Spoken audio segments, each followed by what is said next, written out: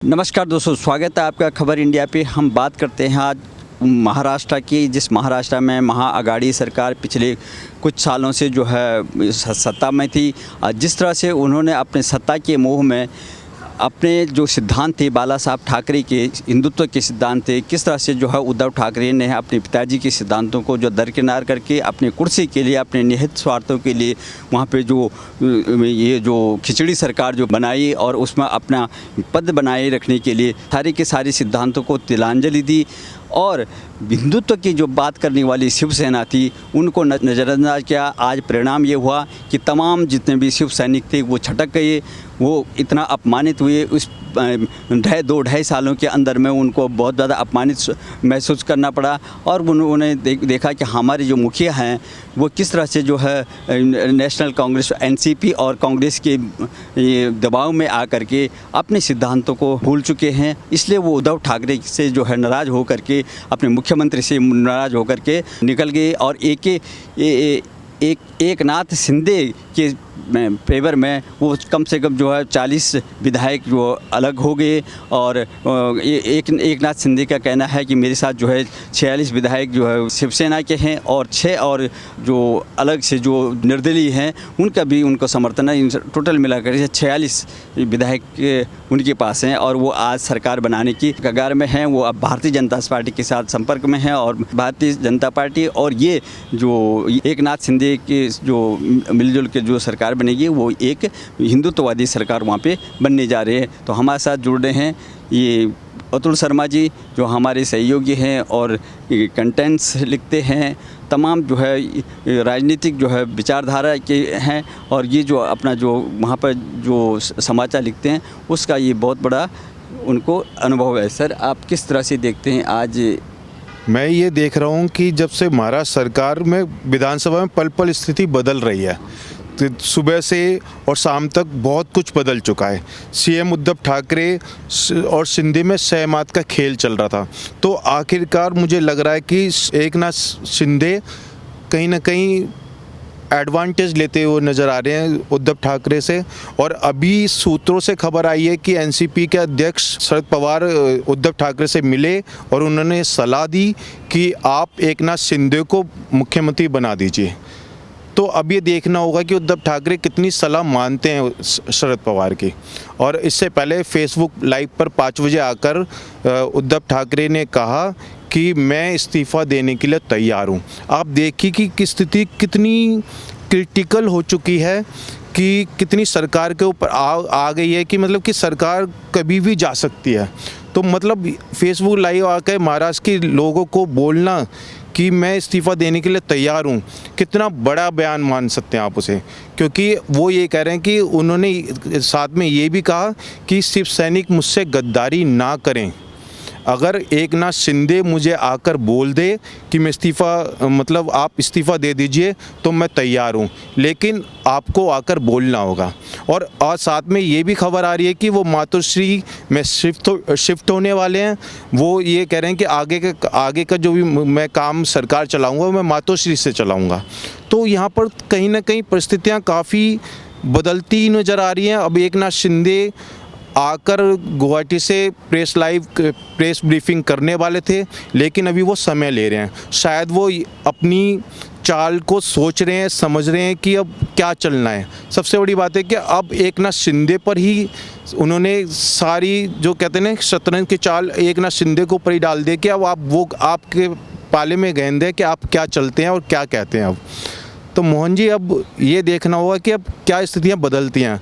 अब आप बताइए कि क्या सोच सकते हैं हमारे में, क्या सोचते हैं इस बारे में? नहीं, सबसे बड़ी बात है कि जब अब जान पे आ गई है, क्योंकि पूरे के पूरे जो शिव सैनिक जो है छटक गए हैं और वो नाराज़ हैं अपने उद्धव ठाकरे से कि जिस तरह से उन्होंने अपने पिताजी के सिद्धांतों को जो है तिलांजलि दीजिए। उन्होंने उस पार्टी के साथ गठबंधन किया है जो जिस पार्टी के मुखिया को जो को कहते हैं कि ये इटालियन मम्मी है। अगर जो सोनिया के जो है 10 जनपद में जाएगी जाएगा वो जो नपुंसक होगा, इस तरह के जो बयान देते थे। और अपना कुर्सी बचाने के लिए, अपना मुख्यमंत्री बनाने के लिए, अपने जो है अपने को महामंडित करने के लिए उन्होंने ऐसी पार्टी से जो समझौता किया।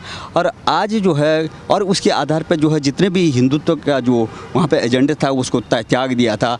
चाहे वो पालघर के साधुओं की हत्या हुई, उसमें जो है उन्होंने कुछ भी नहीं बोला, क्योंकि दबाव था एनसीपी का और कांग्रेस का। इसी प्रकार से नवनीत राणा ने जो है हनुमान चालीसा पढ़ी तो उसको उनको जेल में ठूस दिया एक सांसद को। तो ये कहाँ तक के जो है आज वो कहते हैं कि जब अपने पे आगे कहते हैं शिवसेना और हिंदुत्व जो है अलग नहीं है, ये दोनों एक ही सिक्के के दो पहलू हैं। तो वो ऐसे कैसे हो सकता है? आप लिखते हैं, पढ़ते हैं, आप किस तरह से देखते हैं कि आज जब अपनी पे आ गई तो वो इस तरह से बातें बयान बदल रहे हैं? हाँ, तो वही तो मैं कहना चाह रहा हूँ कि उद्धव ठाकरे बदले बदले से नज़र आ रहे हैं। आज उन्हें एहसास हो रहा है कि 2.5 साल पहले जो उन्होंने हिंदुत्व को छोड़ दिया था, हिंदुत्व का दामन छोड़ दिया था, तो आज उन्हें लग रहा है कि हिंदुत्व ही उनके नैया पार लगा सकता है। तो उन्हें लग रहा है कि आज वो सबको कह रहे हैं कि शिवसेना और हिंदुत्व एक ही है। पर जब सरकार ने नवनीत राणा को गिरफ्तार किया, जब हिंदुत्व नहीं था उनके पास, जब हिंदुत्व की याद नहीं आई कि अगर हनुमान चालीसा उन्होंने मातोश्री के आगे पढ़ा तो कोई अपराध तो नहीं है ये, पर आपने उसे गिरफ्तार कर लिया। आपने अगर हनुमान चालीसा पे क्या, और आपने लाउड स्पीकर जो लगे थे, लाउड स्पीकर मस्जिदों में लगे थे या मंदिरों में लगे थे, मतलब कहीं ना कहीं मस्जिदों में लाउड स्पीकर का आपने, मुझे लगा कि थोड़ा सा फेवर हुआ है। मतलब अगर अजान से अगर किसी को प्रॉब्लम है तो लाउड स्पीकर हटाए जा सकते थे, पर थोड़ा सा इस मुद्दे को बनने दिया। ऐसा लगा कि सरकार हिंदुत्व के खिलाफ काम कर रही है, चाहे वो एनसीपी के दबाव में हो, चाहे वो कांग्रेस के दबाव में हो, क्योंकि कांग्रेस और ये एनसीपी का अलग एजेंडा है, शिवसेना का अलग एजेंडा था। पर सत्ता के लिए उन्होंने एक कॉम्बिनेशन बनाया। उद्धव ठाकरे मुख्यमंत्री बने, 2.5 साल उन्होंने सरकार भी चलाई, तो कहीं ना कहीं हिंदुत्व से अलग होती नज़र आ रही थी उद्धव ठाकरे। और आपने ये बात जो कही सोनिया गांधी के ऊपर, तो हाँ, बाला साहब ठाकरे ने ये बोला था 10 जनपद में नपुंसक जाके हाजिरी लगाते हैं तो सच्चा है कि मैं शिवसेना को बंद कर दूं। सबसे बड़ा बयान था। और उन्होंने एक बयान और 2010 में दिया था कि मुंबई सबकी हो सकती है लेकिन इटालियन मम्मी की नहीं। तो ये बहुत बड़े बयान थे। कांग्रेस की विचारधारा शिवसेना की विचारधारा को अलग तरीके से दिखाते थे कि मतलब कांग्रेस के और शिवसेना कभी भी कहीं भी दो नदियों के दो किनारे हैं जो कभी नहीं मिलते, ऐसा लग रहा था। पर लेकिन ऐसा हो गया। कहते हैं पॉलिटिक्स में सब संभव है, कभी जो दो दुश्मन होते हैं वो दोस्त बन जाते हैं, जब कोई बहुत अच्छे दोस्त होते हैं वो दुश्मन भी बन जाते हैं। तो पॉलिटिक्स में हर चीज़ कहीं ना कहीं ऐसा होता है कि कहीं ना कहीं एक स्थिति ऐसी होती है कि आप कहीं ना रिलेशन हमेशा रहते हैं। तो कहीं ना कहीं ऐसा होता है कि अगर मुझे सत्ता पानी है या मुझे जिससे फ़ायदा लग रहा है तो मैं उसके पाले में जा सकता हूँ। तो एक बैकडोर गेट हमेशा राजनीतिक लोग रोक के रखते हैं या छोड़ के रखते हैं, मतलब कि कहीं ना कहीं ऐसा हो कि मैं उसे जा सकूं।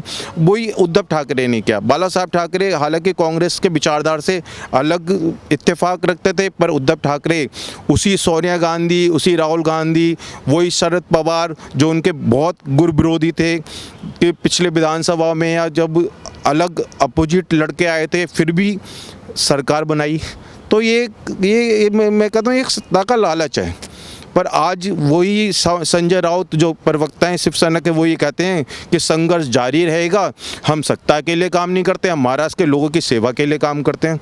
तो ये एक पॉलिटिक्स एनालिसिस ऐसा है कि कहीं ना कहीं ये लग रहा है कि उद्धव ठाकरे सत्ता को नहीं छोड़ना चाहते, पर उन्हें संदेश दिया है कि मैं त्यागपत्र दे दूंगा अगर एकनाथ शिंदे मुझे आके बोल दें। पर ये संभव है कि एकनाथ शिंदे उद्धव ठाकरे के सामने आके कहेंगे कि आप त्यागपत्र दे दो? अगर ये संभव होता तो शायद वो आज अलग नहीं होते। आज 40 विधायक शिवसेना के अपने साथ जो समर्थन का दावा कर रहे हैं और 6 निर्दलीय विधायकों का दावा कर रहे हैं। 55 शिवसेना के विधायक थे, तो उसमें 40 और 6 46, मतलब 15 रह गए उनके पास, शिवसेना के पास। तो अब यही तो बात है कि अब एकनाथ शिंदे कह रहे हैं कि मैं ही असली शिवसेना हूँ, मैं बाला साहब ठाकरे के विचारधारा से सहमत हूँ और मैं हमेशा यही चाहता था कि शिवसेना जो है ना कि बाला साहब से अलग ना हो, हिंदुत्व से अलग ना हो। पर उद्धव ठाकरे कहीं ना कहीं मौका परस्त नेता के रूप में उभर के आए, या फिर एकनाथ शिंदे ये कहना चाह रहे हैं कि सत्ता के लिए उन्होंने हिंदुत्व छोड़ दिया। सबसे बड़ी बात यही है। अतुल जी, आपको पता होना चाहिए कि जब इलेक्शन हुआ था तो भारतीय जनता पार्टी के और शिवसेना की एजेंडे पे जो है जनादेश मिला था, वो बीजेपी और शिवसेना के आधार पर मिला था कि इन लोगों की सरकार बनेगी। लेकिन यहाँ कुर्सी के लिए जिस तरह से जो है मतभेद हुए और उसमें जो है महाअघाड़ी जो घोर विरोधी थे और जिसमें कोई सिद्धांत ही नहीं था, बाला साहब ठाकरे का जो सिद्धांत थे, शिवसेना के जो सिद्धांत थे, उनको तिलांजलि दी गई है। निहित अपना जो है कुर्सी बचाने के लिए, कुर्सी में काबिज होने के लिए उद्धव ठाकरे ने ये सब ड्रामा किया।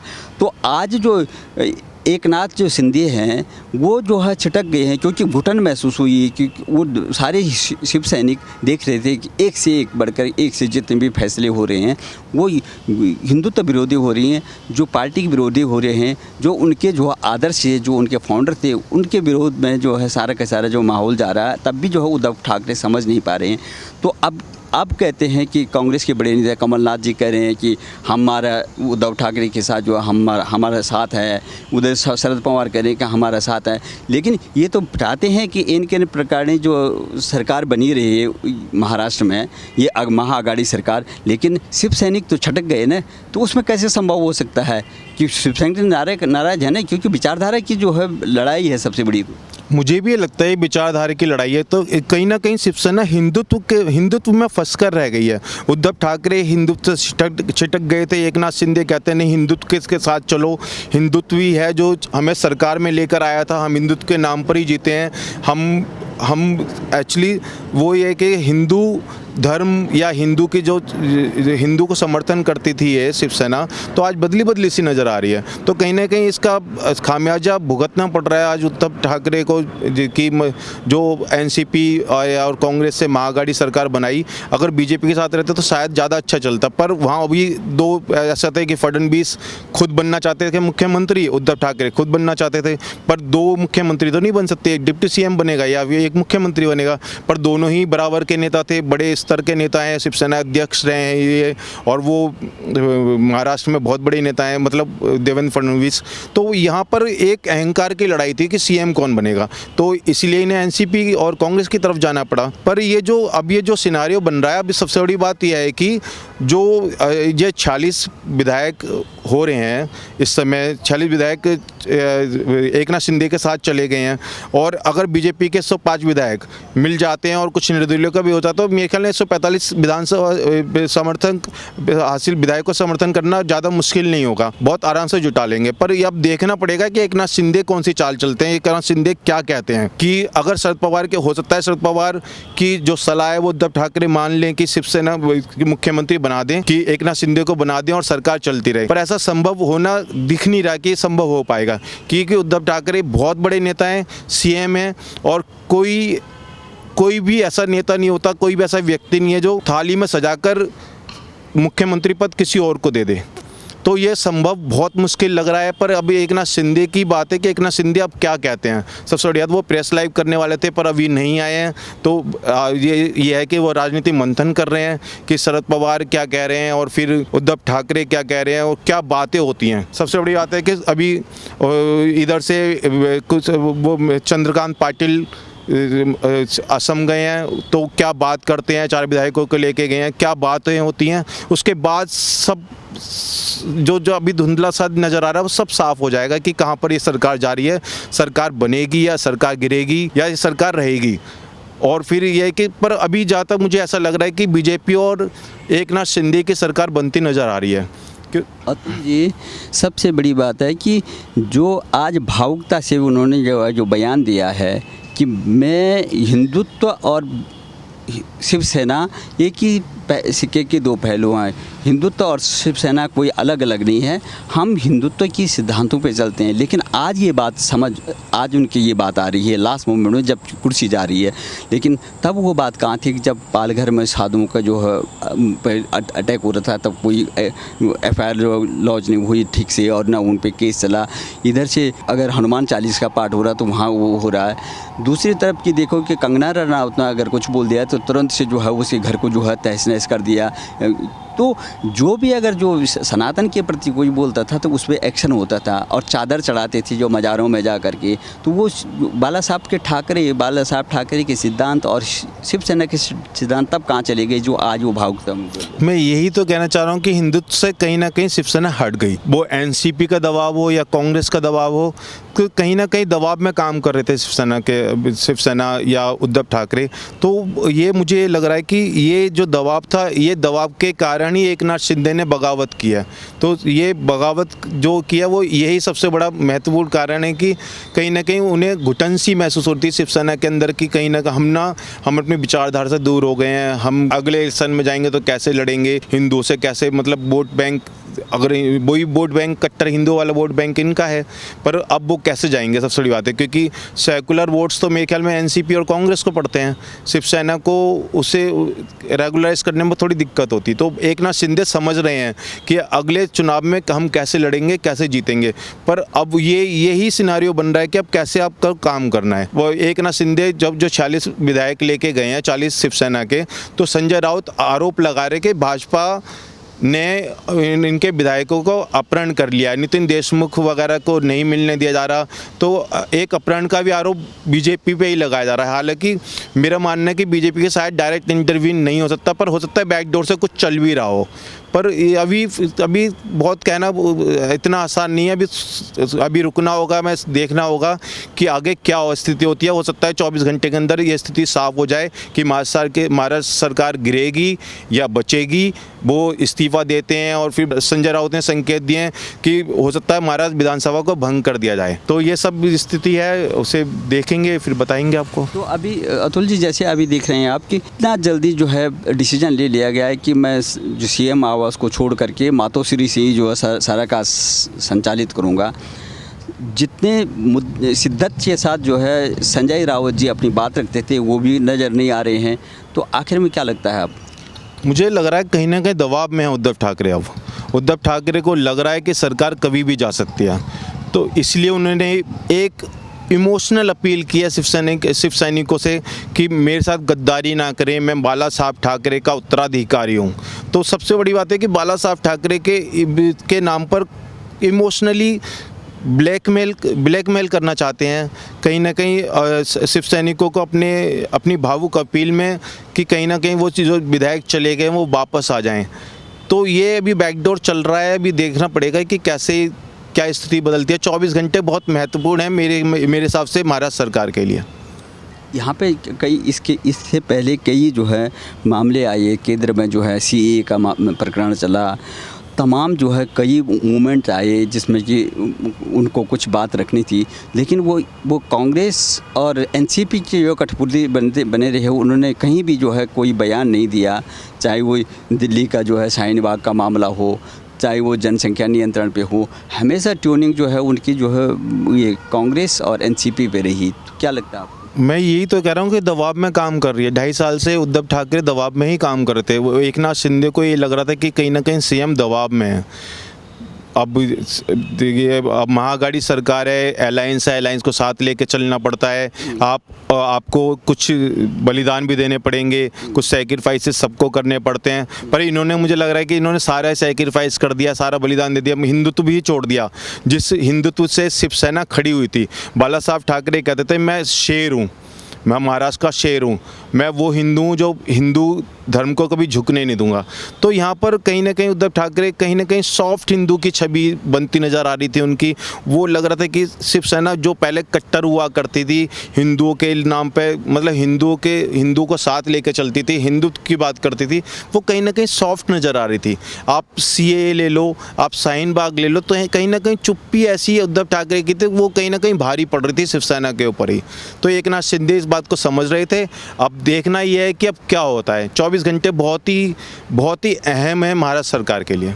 इस पे पहले आपने देखा होगा कि तमाम जो सरकारी मशीनरी है, जो चाहे आईपीएस हो, आईएएस हो, वो भी जो है इस तरह से, जैसे आपका परमवीर सिंह जो वहाँ के कमिश्नर थे, पुलिस कमिश्नर थे, किस तरह से जो है एक पत्रकार को जो है अंदर कर दिया गया था, जिस तरह से आवाज़ दबाने की कोशिश कर दी गई थी, कि जो कि अभी जो चुनाव हुए हैं वहाँ पे महानगर के जो चुनाव हुए उसमें भी जो इन बीजेपी को जो है बहुमत मिला, तो ये सब तमाम लेकर के क्या। हाँ, तो ये भी एक कारण है कि अब बीजेपी एमसीडी में जो निगम का चुनाव उसमें अच्छा करके आई है, तो एक नाथ शिंदे को कहीं ना कहीं बीएमसी में अच्छा करके आई है, तो ये एक ना कहीं ये लग रहा था कि कहीं ना कहीं शिवसेना बैकफुट पर नज़र आ रही थी।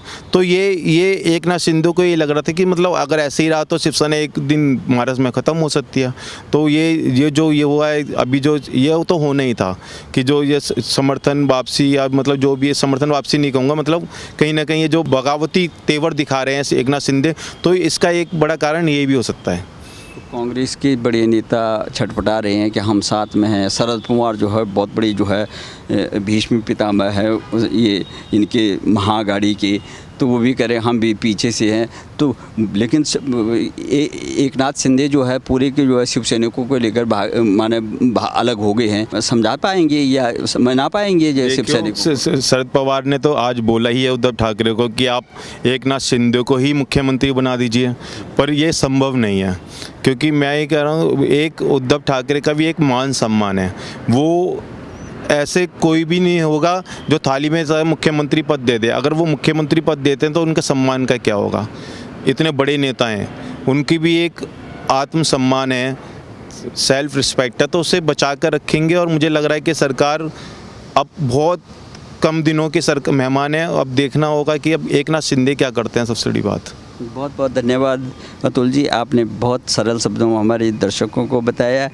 और जिस तरह से आज सभी जो गठबंधन की जो महाअघाड़ी की जो बड़े नेता हैं वो कह रहे हैं कि हम आपके साथ में हैं, और कमलनाथ जी से लेकर के और शरद पवार से लेकर के वो कहते हैं कि हम आपके साथ हैं, उनको हवा भर रहे हैं पीछे से। लेकिन सबसे बड़ी बात है कि एक नाथ शिंदे पूरे शिव सैनिकों को लेकर नाराज़ हैं।